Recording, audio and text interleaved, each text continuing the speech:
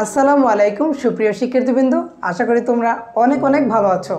তো তথ্য যোগাযোগ প্রযুক্তির উপর নির্মিত আজকের ধারাবাহিক টিউটোরিয়ালে তোমাদের সকলকে জানাই স্বাগতম। তো আজকে আমরা শিখব কিভাবে বাইনারি থেকে অক্টালে রূপান্তর করতে হয়। তো তোমরা জানো 12 প্রকারে সংখ্যা পদ্ধতি রূপান্তর করা যায়, ঠিক আছে। 12 প্রকারের মধ্যে এটা একটা এক প্রকার, বাইনারি থেকে অক্টাল, আবার এই অক্টাল থেকে বাইনারি, আবার বাইনারি থেকে দশমিক, আবার দশমিক থেকে বাইনারি, ঠিক এভাবে 12 প্রকার আছে। তো আজকে আমরা শিখব এইটা বাইনারি থেকে অক্টাল। খুব সহজে তোমরা শিখতে পারবে। দেখো আমরা একটা এক্সাম্পলের মাধ্যমে এই সমস্যাটা সমাধান করব। খুব সহজে মনোযোগ দিয়ে ক্লাসটা আজকে করো। দেখো এখানে সমস্যাটা আমি লিখি 1 0 0 1 1 0। তো দেখে এখানে কয়টা বিট হয়েছে দেখো। তো এখানে 12 বিটের সংখ্যা আছে, ঠিক আছে। একে আমরা কিতে রূপান্তর করব? বাইনারি থেকে অক্টালে, আমরা অক্টালে রূপান্তর করব।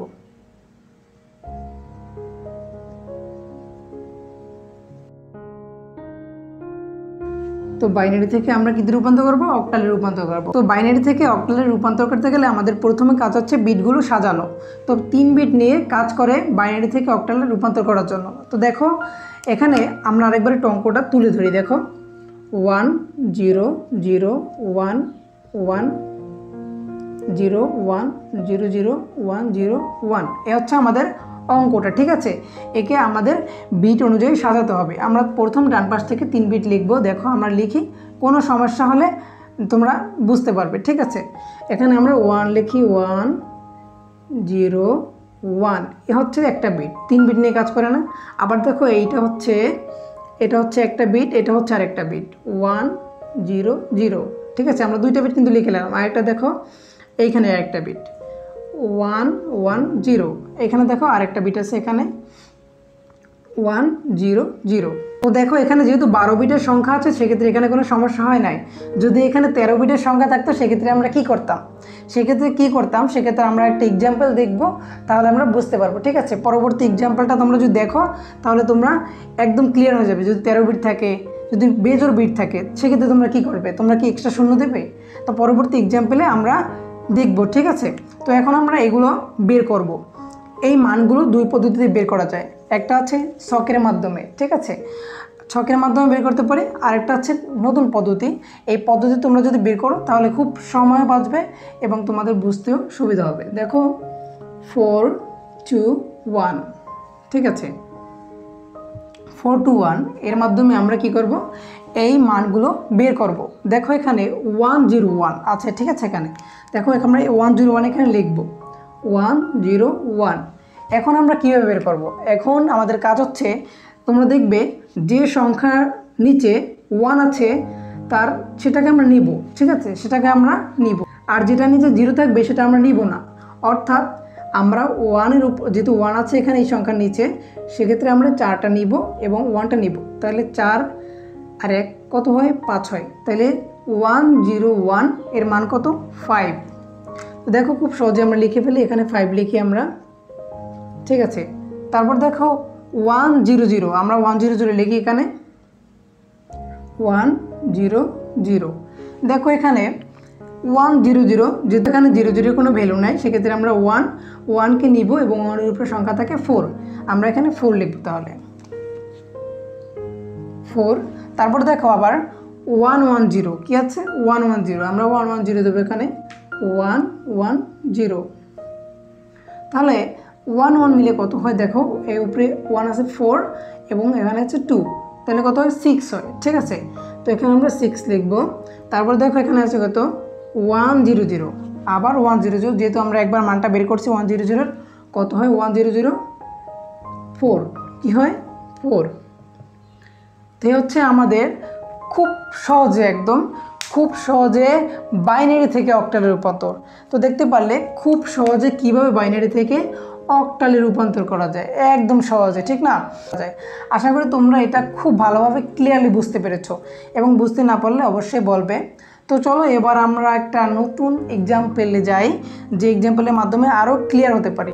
তো তোমরা জানো রেডিক্স পয়েন্ট, এই রেডিক্স পয়েন্ট নিয়ে আমরা এখন একটা অঙ্ক করব এবং দশমিকে অঙ্ক করব। যেহেতু যদি এখানে দশমিক থাকে সেক্ষেত্রে আমরা অঙ্কটা কীভাবে করব?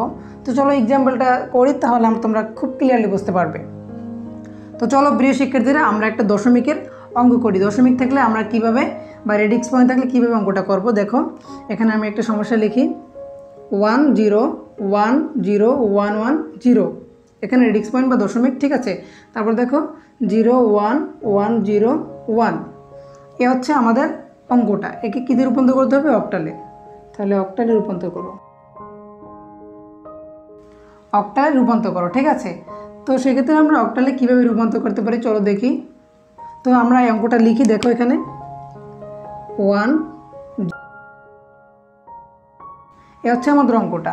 এখন এখানে দেখো, এখানে আমরা 3 বিট নিয়ে কাজ করবো এখানেও। তো এখানে দেখো এইখানে সংখ্যাগুলো আমরা দশমিকটা এখানে দিয়ে নিই। দেখো দশমিকটা দিয়ে আমাদের বিটগুলো সাজাই। 0, এর হচ্ছে একটা বিট, 1 1 একটা বিট হয়ে গেলো, এর হচ্ছে আরেকটা বিট 0 1 0। এখানে যেহেতু 1 আছে, এখানে আমরা কি করব? এখানে আমরা দুটো শূন্য দিয়ে দেব। তো দেখো এখানে দুটো শূন্য দিলে কোনো মানের পরিবর্তন হবে না, ঠিক আছে। তো এখানে দেখো, এখানে পরবর্তী সংখ্যাটা আমরা এভাবে সাজাবো 1 0 1 1, তারপর 0 1। এখন আমরা এখানে একটা বাম পাশে শূন্য দিয়ে দেবো, কোনো মানের পরিবর্তন হবে না। তো এখন আমরা ওই আগের নিয়মটা ফলো করে এই মানগুলো বসাবো। দেখো 4 2 1, ঠিক আছে। এখন আমরা ওই আগের নিয়মটা ফলো করে এর মানগুলো বের করব। দেখো এখানে কি আছে, আগে রেডিক্স পয়েন্টটা দিয়ে নেই। তো দেখো এখানে 0 1 1 0 1 1 এর মান কত? দেখো 0 1 1 3, ঠিক আছে। তারপর দেখো 0 1 0 0 1 0 এর মান কত? 2। এ আমাদের দশমিকের এই পাশে ভগ্নাংশ করা হয়ে গেছে, ঠিক আছে। ভগ্নাংশ সাইডে আমাদের করা হয়ে গেছে। এখন আমরা এই পাশটা করব। দেখো 1 1 0 1 1 0 1 1 0 এর মান কত হয়? দেখো 6, কত হয়? 6। তারপর দেখো এখানে 0 1 0 0 1 0, তাহলে মান কত হয় 0 1 0? দেখো 2। তারপর আছে কত আমাদের? 0 0 1। এই 0 0 1 এর মানটা কি আমরা বের করছি? 0 0 1 এর মান বের করিনি, তো আমরা এখানে বের করি 0 0 1, ঠিক আছে। তাহলে কত হয়? 1 হয়। তো এই হচ্ছে আমাদের বাইনারি থেকে অক্টালের রূপান্তর। তো আশা করি তোমরা বিষয়টি খুব ক্লিয়ারলি বুঝতে পেরেছো। দেখো এ হচ্ছে তোমাদের বাইনারি থেকে অক্টালের রূপান্তর। তো দশমিকের ক্ষেত্রে তো আমরা কী করলাম, কীভাবে করলাম, তো আশা করি তোমরা বুঝতে পারলে। তো দেখো এখানে আমরা কি করছি, ফ্ল্যাশব্যাক দেখো। এখানে যেহেতু আমাদের 3 3 6 বিট অলরেডি হয়ে গেছে, সেক্ষেত্রে আমাদের এখানে 1 একটা বিট রয়ে গেছে। আমরা কি করেছি, দুইটা শূন্য প্লাস করেছি, এখানে মানের কোনো পরিবর্তন হবে না। ঠিক এ পাশে আমরা কি করেছি, এখানে 3 বিট নিয়েছি, তারপর এখানে দুটো শূন্য, পার্থে একটা শূন্য আমরা পরবর্তীতে যোগ করেছি। তো সেক্ষেত্রেও আমাদের মানের কোনো পরিবর্তন হয়নি বা হবে না। তো এরকম আমরা বিট যুক্ত করে আমাদের অঙ্কর নিয়ম অনুযায়ী আমরা বিট যুক্ত করে অঙ্কটি করেছি। আশা করি তোমরা এটা খুব ক্লিয়ারলি বুঝতে পেরেছো। তো ভিডিওটি ভালো লাগলে তোমাদের কাছে রিকোয়েস্ট থাকবে ভিডিওটি প্রত্যেকটা বন্ধুর মাঝে শেয়ার করে, চ্যানেলটি সাবস্ক্রাইব করে পাশেই থাকবে। Thanks for watching.